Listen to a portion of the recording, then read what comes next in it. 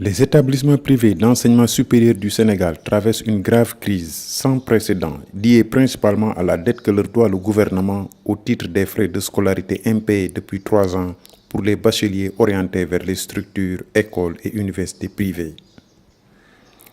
Face à cette défaillance de l'État, beaucoup d'écoles sont dans l'impossibilité de fonctionner et d'ouvrir leurs portes aux nouveaux bacheliers de 2018 sans paiement de l'intégralité des impayés.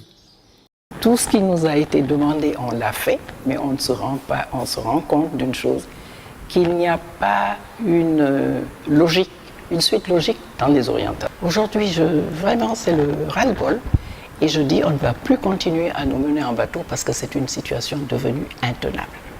L'école supérieure d'interprétation de techniques administratives, de management et de gestion hôtelière, ETSOS-IMED, à qui l'État doit une somme faramineuse, est aujourd'hui vide, désertique, avec un silence de cathédrale.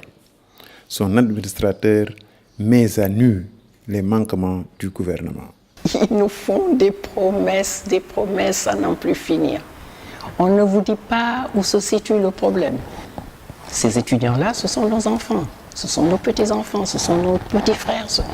Mais on s'engage à leur assurer leur avenir en leur donnant la formation adéquate, mais on ne fait pas une formation comme ça au rabais.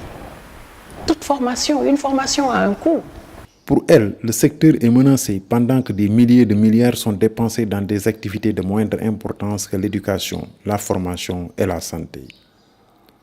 Relevant les interminables promesses faites par le ministre de l'Enseignement supérieur, elle déplore que les instructions données par le président de la République en février 2018 n'ont jamais été suivies d'effet, de même que le décret de la promulgation de la loi de finances rectificative du mois d'août soit resté lettre morte. Malgré la saisine du médiateur qui a déposé un rapport auprès du Premier ministre, auquel elle a personnellement écrit, rien à ce jour n'a pu conduire au paiement de la dette aux établissements privés. On est couché, on est sur la paille, on n'est pas à genoux là. Ils ne semblent pas le comprendre et l'argent sort, on en jette à gauche, à droite. Mais alors, aujourd'hui, la situation est là. Moi, je ne fais aucune compromission. J'ai eu le sentiment, personnellement, qu'on est allé vers un démantèlement de l'enseignement privé. Un démantèlement.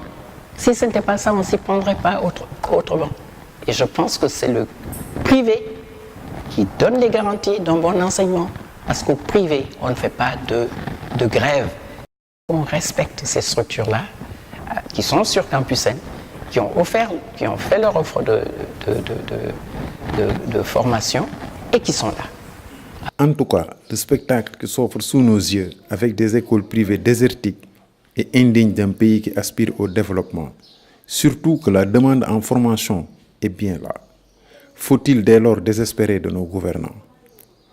En attendant, c'est l'amertume au niveau des parents d'élèves, surtout que de guerre lasse, les établissements privés se sont résolus à croiser le fer avec les autorités.